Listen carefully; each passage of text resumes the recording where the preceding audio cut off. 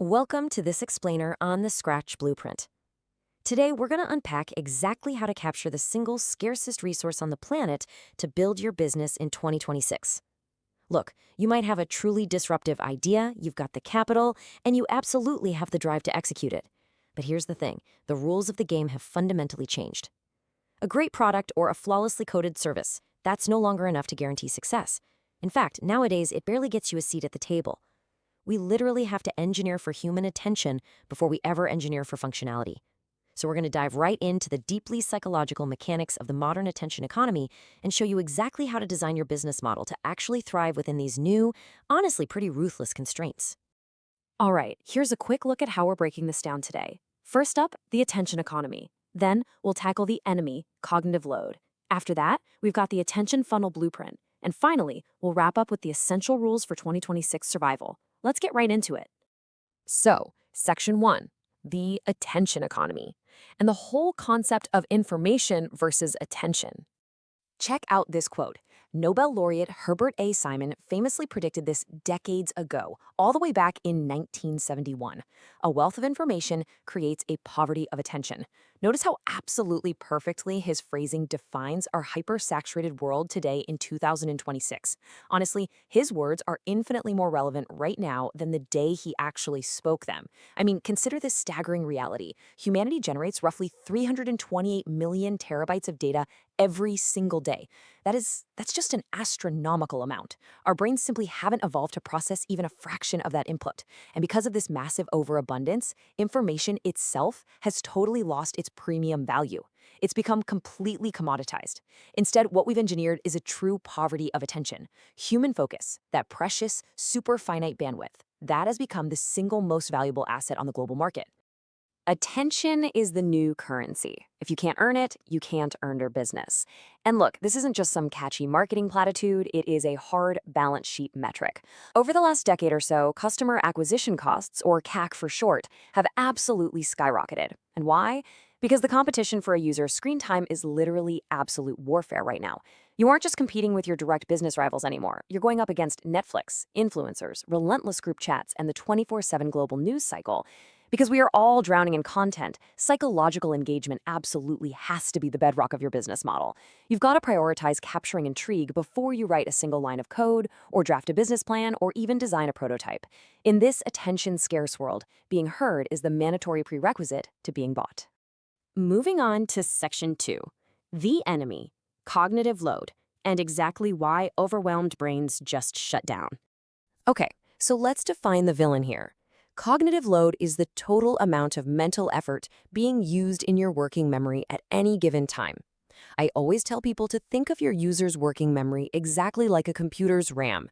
If you open, say, 40 heavy browser tabs all at once, what happens? The system freezes up, it stutters, and eventually it just crashes. Well, the human brain operates the exact same way. When your potential customer encounters a really complex marketing message, or dense jargon, or a super visually cluttered website, their mental RAM spikes. And to protect itself from completely exhausting its energy reserves, the overloaded brain immediately defaults to what behavioral psychologists call System 1 thinking. This is our fast, intuitive, and highly reactive state. And, dangerously for your business, it's a state that seeks the fastest exit possible. Complexity actively increases cognitive load, which pretty much guarantees an immediate bounce. To really ground this theory in reality, let me tell you the story of a guy named David. David is a brilliant software engineer who decided to launch a highly sophisticated all-in-one productivity app. He spent 18 grueling months completely isolated in development, fueled by, cold brew and just absolute conviction. He coded this flawless architecture, perfecting every single feature, every integration, and every customizable dashboard. David was absolutely convinced that the sheer depth and power of his functionality would act as this irresistible magnet for power users. He basically assumed that offering maximum capability equated to offering maximum value.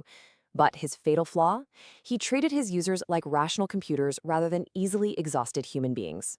And as you can see here, there is a massive disconnect between intention and reality. On one side of the equation, David's goal was deep functionality. He proudly offered this absolute mountain of bespoke options and tools. But on the user side, the experience was just visceral overwhelm. The very first thing a new user encountered was a really cluttered interface that demanded dozens of micro decisions just to get started.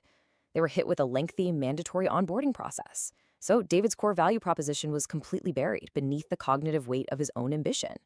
Users would download the app, feel their mental RAM redlining from all the friction, and just instinctively close it out, never to return. So the takeaway here is that he built a masterpiece of engineering, but a total failure in the attention economy. To put it another way, David basically built a flawless, high-performance Ferrari, but then he handed his users a 500-page technical manual on how to start the engine. Naturally, they didn't bother. They just called an Uber instead. Right? David focused purely on building the best product, completely ignoring the absolute necessity of building the most effortless product to adopt. And this proves a vital law for 2026. If your brilliance just adds to the noise instead of cleanly cutting right through it, you will fail. You essentially have to become a ruthless bodyguard for your users' mental energy. All right, that brings us to section 3, the attention funnel blueprint, a structured solution. Now, this is the strategic core of the blueprint, and honestly, it requires profound intentionality. Step 1 is the hook. You have a maximum of 3 to 5 seconds to halt that endless scroll. That's it.